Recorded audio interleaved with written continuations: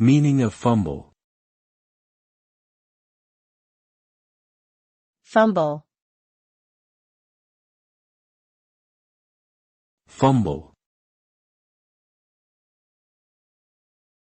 Fumble. Fumble. Fumble refers to the act of clumsily handling or dropping an object, typically a ball in sports or something similar. When someone fumbles, they may be seen as uncoordinated or lacking in skill. The result of fumbling can range from a minor mistake to a major failure, and it often results in a loss of possession or control over the object in question. This can have consequences in both sports and other areas of life, such as dropping a glass or important document. Overall, fumbling represents a failure to properly execute a task or handle an object.